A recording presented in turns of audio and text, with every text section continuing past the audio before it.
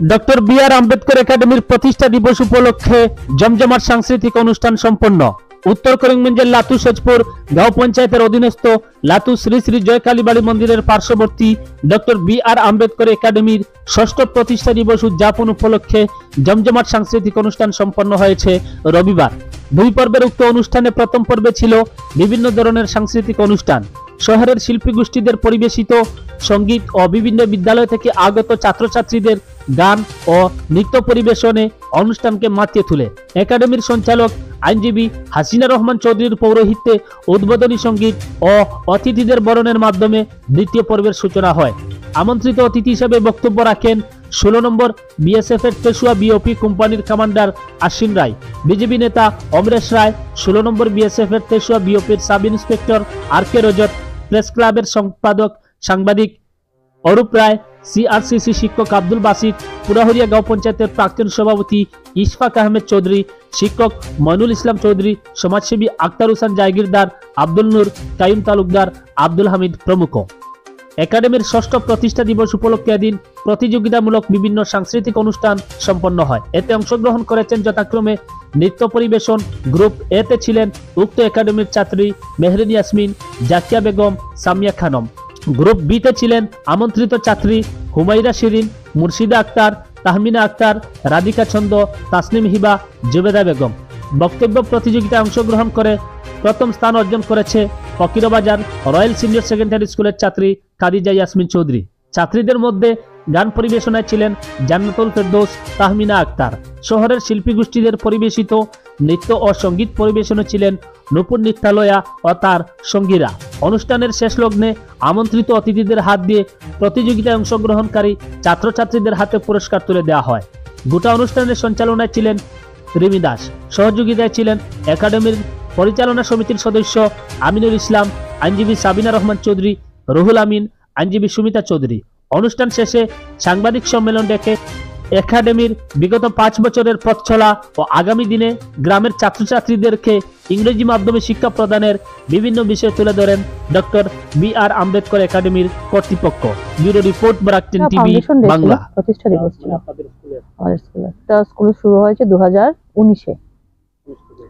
2019-এর 10 মার্চে আমাদের স্কুল প্রতিষ্ঠা হয়। তারপর থেকে তো আমাদের স্কুল চলছে। মধ্যে কোভিডের জন্য বন্ধ ছিল, ফ্লাড ছিল, কোভিড ছিল, ফিজিক্যাল অ্যাপিয়ারেন্স ছিল না, অ্যাক্টিভিটিস ছিল না। সেটাই এর প্রোগ্রামের কার্যসূচি ছিল, কালচারাল প্রোগ্রাম ছিল, আমাদের স্টুডেন্টসদের পার্টিসিপেশন এবং একটা শিল্পী গোষ্ঠী, সুর ভারতী শিল্পী গোষ্ঠী, ওদের পরিবেশন করেছে কালচারাল প্রোগ্রাম এবং বিশিষ্ট জনেরা উপস্থিত ছিলেন। তাদের মধ্যে উপস্থিত ছিলেন 16 ব্যাটালিয়ন অ্যাসিস্ট্যান্ট কমান্ড্যান্ট তেসুয়া। ছিল শিক্ষা ব্যাপারটাকে একটু নতুন নতুন আলোয় দেখা, নতুন ভাবে দেখা। কারণ আমরা যে দলটি, যে টিম এই প্রতিষ্ঠান চালাচ্ছে, তাদের প্রত্যেকেই শিক্ষা নিয়ে, এডুকেশন নিয়ে রিসার্চ গবেষণায় ইন্টারেস্টেড আর কি। আমরা ট্রেডিশনাল যে গতানুগতিক যে প্রক্রিয়া আছে সেগুলোর থেকে ভালো ব্যাপারগুলো আমরা নেব। আর পুরো শিক্ষা ব্যবস্থা, ভারতীয় শিক্ষা ব্যবস্থা হোক বা আমাদের প্রচলিত শিক্ষা ব্যবস্থা হোক, এই শিক্ষা ব্যবস্থাকে অধ্যয়ন করে এর ভালো ব্যাপারগুলো নিয়ে এর মধ্যে কি কি ইনোভেশনের স্কোপ আছে আর কি, নতুন ভাবনার কি স্কোপ আছে, এই ব্যাপারগুলো এইগুলো নিয়েই আমরা ভাবনা চিন্তা করছি। আর এর উদ্দেশ্য হচ্ছে গিয়ে শিক্ষাকে আরেকটু নতুন করে দেখা, যাকে শিক্ষা নিয়ে যে মানুষের মধ্যে যে কিছু ভয় বা কিছু ভুল ধারণা আছে সেগুলোকে, শিক্ষা অবশ্যই আমাদের নেশা, পেশা তো নয়। পেশা তো আমরা সবাই পেশাগত দিক দিয়ে আমরা এস্টাবলিশ কোনো না কোনো ক্ষেত্রে, আর এস্টাবলিশ হওয়ার পরেই আমরা সবাই মিলে একটা প্রতিষ্ঠান শুরু করেছি। বিশেষ করে আজকের এই ইভেন্টে যে গার্জিয়ানরা এসেছিলেন তাদের সাথে আমাদের যে কথাবার্তা হয়েছে, তো আমরা যেহেতু খুব বিশদে আলোচনা করেছি, কথাবার্তা হয়েছে, তো অনেকেই বুঝেছেন আমরা কিভাবে নতুন চিন্তা নিয়ে আছি। আর গার্জিয়ানদের পক্ষ থেকেও ইংলিশ মিডিয়াম স্কুল বা প্রাইভেট স্কুল এই বিষয়গুলোর উপর বিভিন্ন মতামত রেখেছেন। তো একটা পারস্পরিক আদান প্রদান হয়েছে, যার জন্য আমাদের যেটা অভিজ্ঞতা, আজকের এই এলাকার গার্জিয়ানরা অনেক ইন্টারেস্ট দেখিয়েছেন এবং আমরা যে বক্তব্যটা রাখতে এসেছি সেটা বুঝেছেন এবং তাদের মতামত রেখেছেন। আমরা একটা ভর্তি পরীক্ষা নিই, এর মধ্যে যে ছাত্ররা বা আমরা পরীক্ষাটা একটু অন্যরকম হয় আর কি।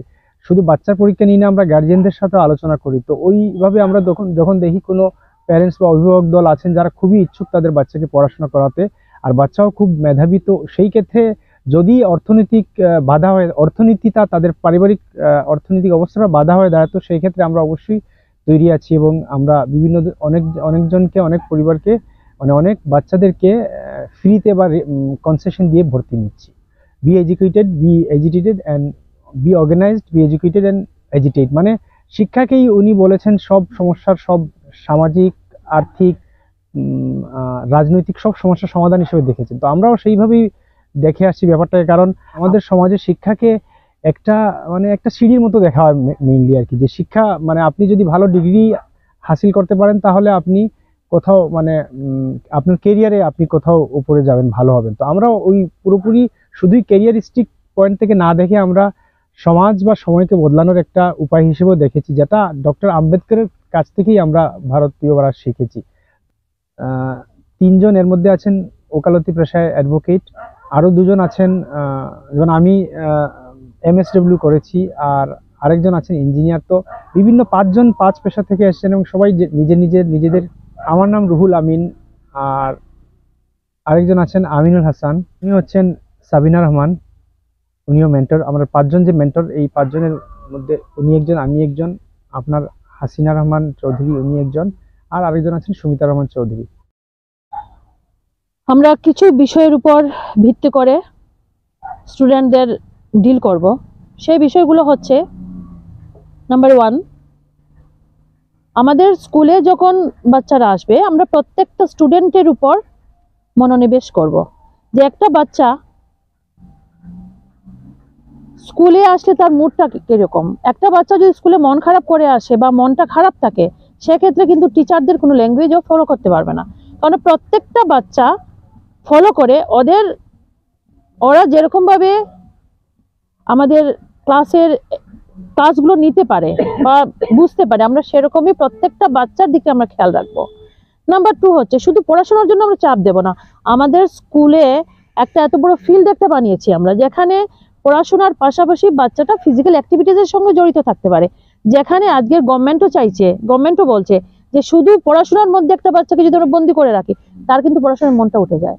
তো সেই জন্য স্কুলে আসার পর শুধু ক্লাসরুমে আমরা ওকে বন্দি করে রাখবো না, ক্লাসের বাইরে যাতে প্রটেক্টিভ একটা জায়গাতে থেকেও পড়াশোনাটাও চালিয়ে যেতে পারে, সেই জন্য আমরা একটা মোটামুটি ওদের প্রোটেকশন দিয়ে একটা ফিল্ড করেছি। আরেকটা ব্যাপার হচ্ছে, আমরা বাচ্চাদেরকে কোনো ধরনের প্রেশার করব না। অভিভাবকরা অনেকে হাইলি এডুকেটেড, অনেকে হয়তো নিজের থাম্ব ইমপ্রেশনটাও শুধু দেন, তো কিন্তু স্টুডেন্টরা আসছে, ওরা ওদের বাচ্চাদেরকে পড়াতে চায়। সেক্ষেত্রে ওরা বাড়িতে যদি একটা বাচ্চা যাওয়ার পর মা বাবা ওদেরকে পড়াতে পারেন না, আমরা এখানে করব কি, যে আমরা প্রত্যেকটা হোমওয়ার্ক বলুন বা স্কুলে প্রত্যেকটা কিছু করিয়ে দেব। বাচ্চাটা যখন বাড়িতে যাবে, যদিও ওর কোনো ধরনের সমস্যা হয়, পরের দিন এসে ক্লাস টিচারকে বলবে। তারপরও আমরা কিন্তু মাসের মধ্যে 2 দিন প্যারেন্টস ট্রেনিং করাবো। প্যারেন্টসদের ট্রেনিং মানে কি, একটা বাচ্চা এমনি তো প্যারেন্টসদের নিয়ে মিটিং হয়, স্কুলে ট্রেনিং হচ্ছে একটা বাচ্চা মায়ের সঙ্গে বা বাবার সঙ্গে বেশি সময় থাকে স্কুলের সময়ের বাইরে।